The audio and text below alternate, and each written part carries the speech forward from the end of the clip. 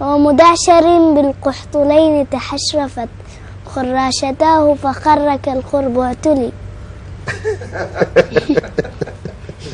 والله ده مش واعر، ده واعر جدا. مامون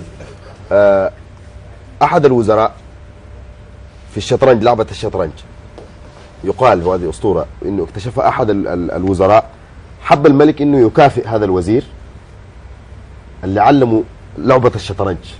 الوزير قام بتعليم الشطرنج للملك، الملك حب يكافئه.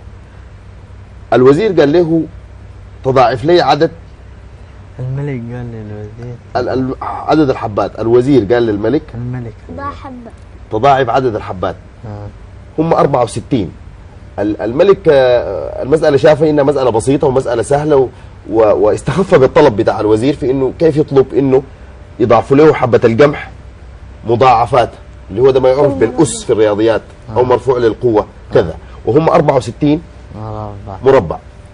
فبتمشي كيف الحكاية دي يا مامون؟ مثلا في المربع الأول، المربع الأول حبة قمح وحدة 2 4 8 16 32 64 128 256 512 1024 2048 دي لغاية 12 و 64 كم؟ لحد 64 بتكون العدد كم؟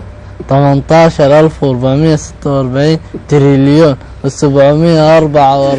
بليون 73 مليار و709 مليون و551 ألف و616 و616. دي الآلة الحاسبة نفسها بالتشيلة. 20 رقم و20 رقم، هم 20 رقم. مامون ال 20 رقم قادر انك تضربهم في رقم ثاني. اي يعني انا ده ال 20 رقم اللي تكونوا من حاصل 64 مربع، ممكن تضربهم مثلا في كم؟ ايمن اختار. في 15. في 15؟ اي تضربهم في 15 اي بيطلع العدد كم يعني؟ نحن بالآلة الحاسبة ما حنقدر نجيبه لانه ما بتشيل ايوه.